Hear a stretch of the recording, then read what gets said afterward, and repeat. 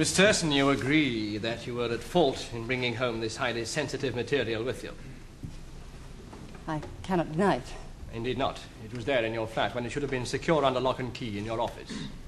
Yes? Moreover, it was in a drawer which had a lock on it, yet the drawer was unlocked and standing open. Yes. Nevertheless, you deny endangering its safety. I do. You deny that you ever showed it or intended to show it to your lover. I do deny it most strongly. And let me ask you this. After your long and distinguished career, you must have been aware that to entertain a man from a communist country in a room containing secret documents that were not secure was the most damaging state of affairs, should it be discovered by the authorities, even if you'd no intention of showing them to him. Well, Miss Turson. You said you were going to ask me a question. Oh, I'm sorry, I thought it was implicit, if you prefer not to make an answer. I was aware. Thank you. Yet you went ahead and did it. I was confident that no damaging state of affairs existed, except in the minds of the security department. As far as your personal career was concerned, that was bad enough. I had given over 18 years of my life to my career. I felt I owed myself a bit of consideration. Quite. But let me ask you this. You could have avoided the trouble in which you now find yourself by not bringing home secret documents when you were entertaining Herr Müller, couldn't you? Now, if you'd observed this very simple precaution, you wouldn't be here today. Is that not true? Yes. Yes. And this very simple precaution, for the sake of the security department, must at some point have occurred to a woman of your diplomatic experience. I suppose it did. To suppose it did. And yet you did nothing about it. As I've said, I was confident that Herr Müller was not interested in my work, and that if he'd seen any of it, he wouldn't have understood it. But, Miss Turson, we are talking about how it would seem to others, to what you dismissed as the considered opinions of the security department. My lord, I don't think it can be fairly said that Miss Turson's answer implied contempt for the security department. She certainly was not paying security department a compliment, or so it seemed to me at least. Well, let us leave the subject of your apparent unconcern with your future career, Miss Turson. Now, you have said more than once that you were quite sure in your own mind that Müller was in love with you and was not a spy. That is, that he was not interested in you for the information which you possessed. Yes. Your certainty is based, you say, upon previous encounters with people who were spies, or at any rate, snoopers. Partly, yes. Did you fall in love during any of these previous encounters? No. This time you did, though. I have said so, yes. A strong feeling of love for someone can often blind us to the less pleasing characteristics about them, wouldn't you agree? Some highly intelligent women, for instance, find themselves falling in love with men who are calculating mountebanks, and what is more, continue to remain in love with them long after their true nature has been revealed. My lord. Yes, Mr. Fry may be about to lecture us on the romantic behaviour of the female sex, Mr. Elliot, but I think we should allow him to continue a little further. I'm perfectly aware of what you're insinuating. I don't care, you may think what you like.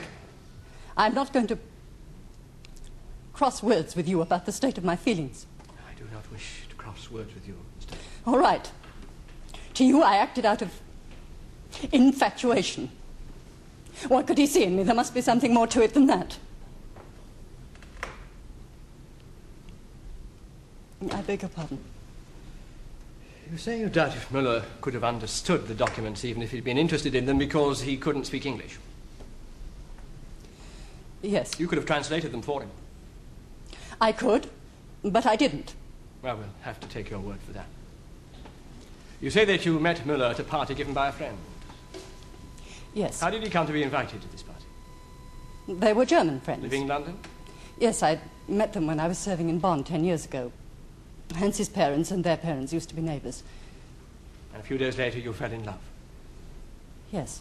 Sexual relations, however, did not begin until later still. What did you and Müller talk about during these early platonic days? My lord, the absence of sex does not thereby make a friendship platonic. Yes, indeed it does not. Go on, Mr. Fry. What did you talk about, Miss Turson? Well, we talked about lots of things. Well, could you name a few of them for us? Well, we talked about places we'd visited in Germany, about mutual friends. Politics? No, I told you we kept off the subject. You kept on it long enough to discover that he professed not to be a communist. Yes. Did you know that he was, in fact, a member of the Communist Party? I knew he was a party member, but that doesn't necessarily make him a communist. Did you volunteer this information, or did you ask? I don't remember. You would do well to, Miss Turson. Why? If you asked, you would be acting along usual professional lines of conduct, wouldn't you? You would be showing caution. Well, he was introduced to me as coming from East Germany. I assumed that he was a party member. But not a communist. No, he told me privately he did not subscribe to communist doctrine. I'm glad your memory is coming back to you at last. I suppose you have to say things like that. Only when it's called for.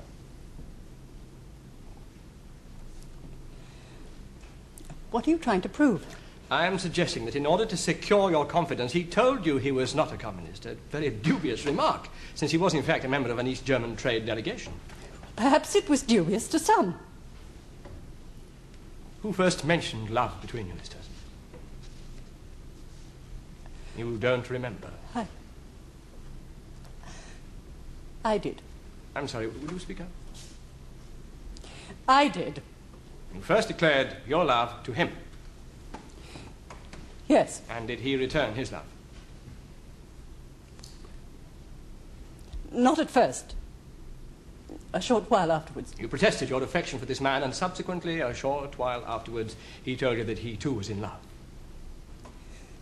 Yes, but you make it sound I am commonplace. really trying to summarize what you say occurred, Miss Turson. You're making out that I threw myself at Hans. It wasn't like that. How old are you, Miss Turson?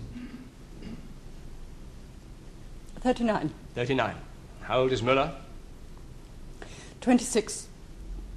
Or 27, I don't know. 26. Will you describe him as handsome? Yes. Did you find him charming? Yes. Witty? Yes. I put it to you that you were flattered that this highly presentable young man paid you such immediate attention. Well, I was flattered, of course I was flattered. But there was far more to it than that. Well, you've heard that marriage was discussed between you, that there were more permanent plans for this relationship.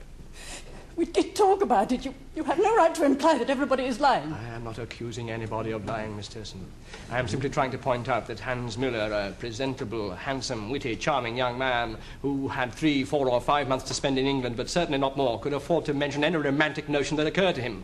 He would very soon be going back to his own country. What is quite clear is that he was not going to settle here, so why not throw in everything he'd got? Marriage, engagements, promises, why not promise you with earth? No, it wasn't. He obviously like had no that. difficulty in persuading you that anything he cared to say would be instantly believed. No! No, well, answer me this then. What persuaded you to abandon 18 years of training?